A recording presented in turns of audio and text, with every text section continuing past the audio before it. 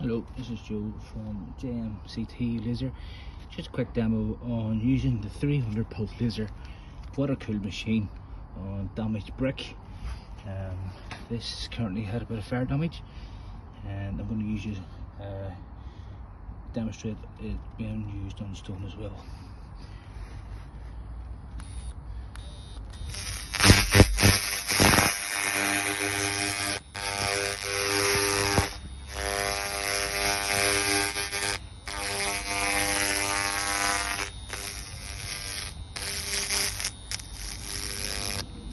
So this is where damage done quickly, and a quick demonstration on old stone.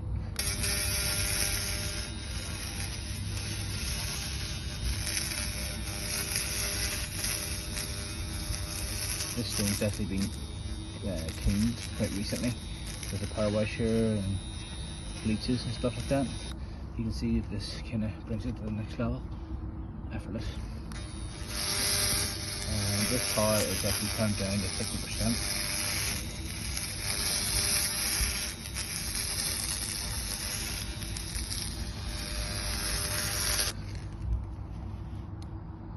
Let me know what you think.